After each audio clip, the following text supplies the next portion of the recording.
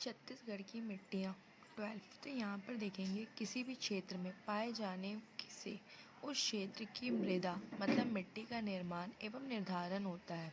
छत्तीसगढ़ जो है वो हमारे भारत के प्रायद्वीप पठार का हिस्सा है। यहाँ अवशिष्ट विशेष प्रकार की मिट्टी पाई जाती है। मृदा प्रदेश में कृषि एवं वन संसाधन के लिए महत्वपूर्ण है। प्रदेश में जो पाए जाने वाले चट्टानों के आधार पर मुख्य रूप से 5 प्रकार की मिट्टी पाई जाती है। फर्स्ट है लाल पीली मिट्टी। लाल पीली मिट्टी का जो स्थानीय नाम है उसको क्या कहते हैं? मटासी, और सर्वाधिक भाग में पाई जाने वाली मिट्टी है। इस मिट्टी का जो पीएच वैल्यू है, पीएच मान है, वो कितना है? 6.8 है। और कौन सी प्रकृति की है? तो अम्लीय प्रकृति की है। प्रदेश की दूसरी महत्वपूर्ण उपजाऊ मिट्टी है। इसमें रेत एवं लोहे की मात्रा अधिक पाई जाती है। लाल पीली मिट्टी में रेत और लोहे की मात्रा अधिक पाई जाती है। और स्थानीय नाम क्या है इसका? मटासी, और सर्वाधिक भाग में पाई जाने वाली मिट्टी है। सेकेंड है काली मिट्टी। काली मिट्टी का स्थानीय नाम है कन्हार। कन्हार बोलते हैं, भर्री बोलते हैं और रेगुर बोलते हैं। बारीक कणों वाली काली या गहरी भूरी रंग की होती है। इसका जो पीएच वैल्यू है 7.6 है। और इसका जो नेचर है कैसा है? बेस है, क्षारीय प्रकृति है। प्रदेश की सबसे अधिक उपजाऊ मिट्टी है। अब देखेंगे लेटेराइट मिट्टी। लेटेराइट मिट्टी को स्थानीय नाम क्या है? मुरुमी या फिर भाटा भी कहते हैं। भाटा मिट्टी जो होती है वो अनुपजाऊ होती है। पीएच वैल्यू इसकी 5.7 है। इसका नेचर एसिडिक है, अम्लीय प्रकृति है। निर्माण कैसे होता है? तो निछालन विधि से होता है। अब है लाल बलुई मिट्टी। लाल बलुई मिट्टी का स्थानीय नाम क्या है? या तो इसको रेतीली बोलते हैं या तो फिर टिकरा बोल देते हैं। मोटे अनाज हेतु उपयुक्त होती है। बस्तर के उच्च भूमि के ढालों पर पाई जाने वाली है। इस मिट्टी को क्या कहते हैं? टिकरा कहते हैं। अब है डोरसा मिट्टी। डोरसा मिट्टी की बनावट कैसी होती है? मटासी एवं कन्हार का जो मिश्रण बना देते हैं ना, उसी को डोरसा बोल देते हैं। PH value 7.6। इसका जो नेचर होता है वो बेसिक होता है। प्रदेश की तीसरी महत्वपूर्ण मिट्टी है। अब है पटपर कछार मिट्टी।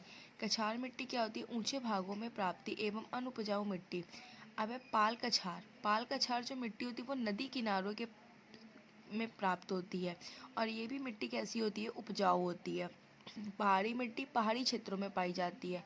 और परती या फिर परिया जो अकृषि योग्य भूमि होती है उसको परती बोल देते हैं या फिर परिया बोल देते हैं।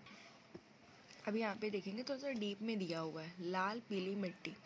लाल पीली मिट्टी का जो स्थानीय नाम है वो क्या है? मटासी है।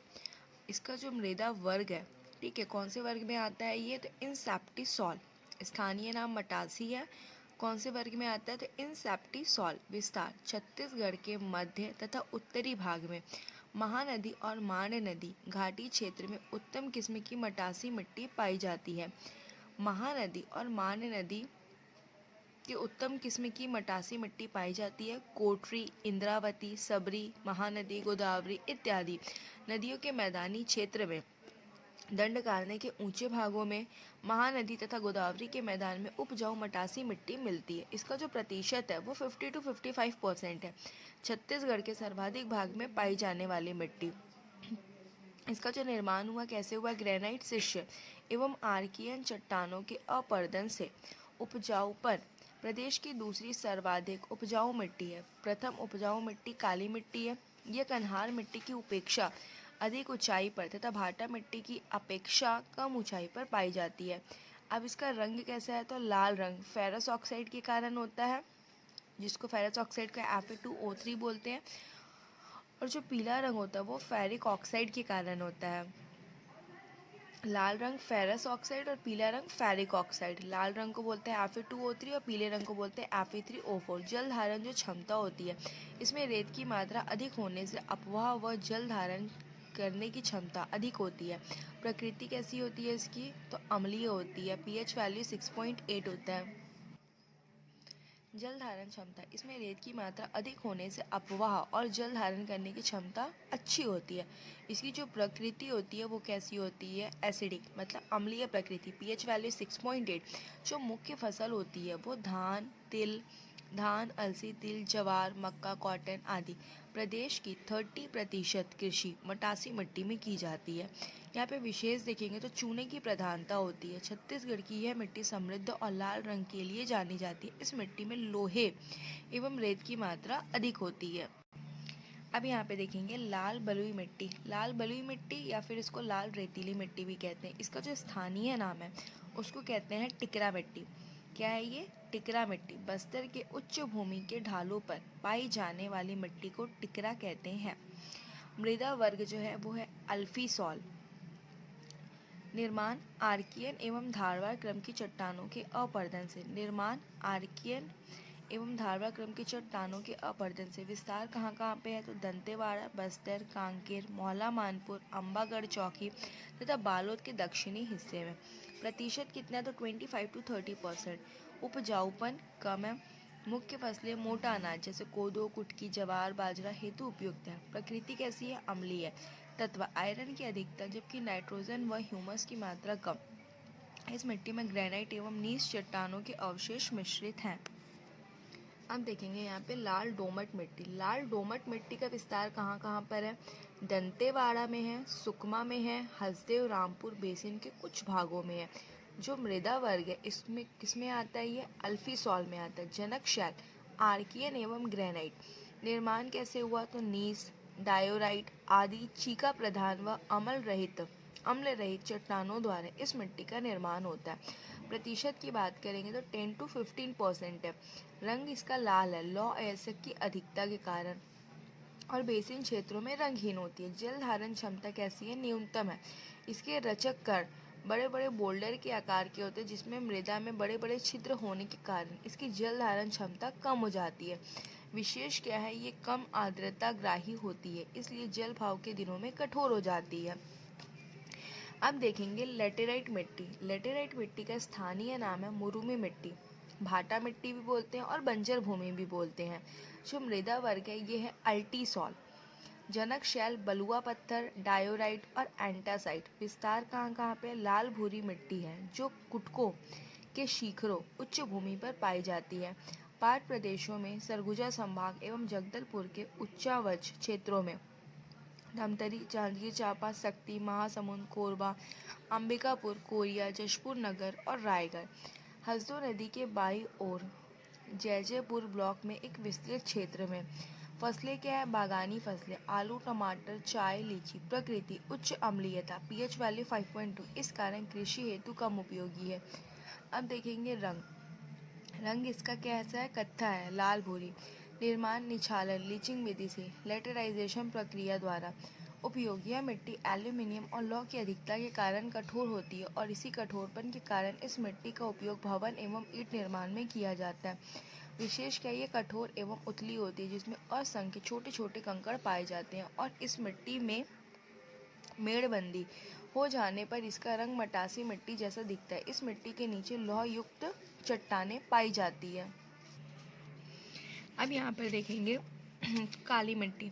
काली मिट्टी का जो स्थानीय नाम है उसको क्या बोलते हैं? कन्हार बोलते हैं, भर्री बोलते हैं, रेगुर बोलते हैं, गभार, चीका। कन्हार, भर्री, रेगुर, गभार, चीका।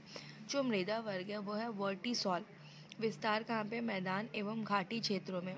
कवर्धा की चिल्फी घाटी, महानदी घाटी के निचले भाग, मुंगेली हो गया, बेमेतरा, राजनांदगांव, खैरागढ़, छुई खदान, गंडई, मोहल्ला मानपुर, अम्बागढ़ चौकी, बालोद, धमतरी, महासमुंद, गरियाबंद इत्यादि। पूर्वी बघेलखंड के पठार की बात करेंगे तो अंबिकापुर, रामानुजगंज, मध्य प्रतापपुर, पूर्वी कुसमी, रिहंद, कन्हार और हसदेव नदी की घाटियों में।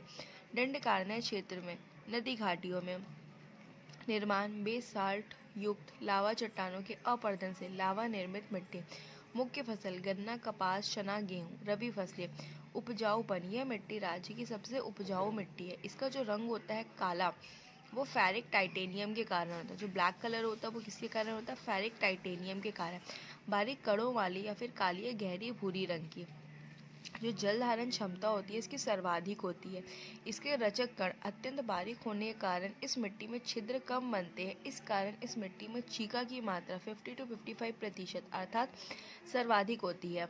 खनिज चूना, पोटाश, एल्यूमिनियम तथा लोहा की मात्रा अधिक होती है। फॉस्फेट, नाइट्रोजन तथा जीवाश्म का अभाव होता है।